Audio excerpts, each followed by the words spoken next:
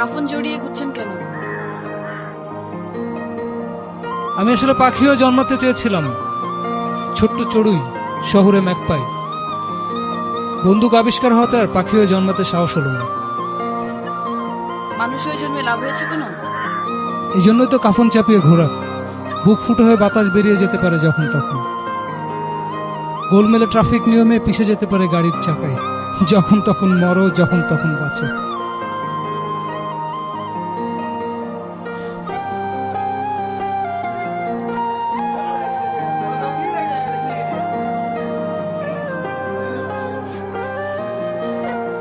হতাম যদি সোনালি ডানার চিল, আকাশের বিন্দু থেকে মেঘ এনে দিতাম তোমার ডানায়।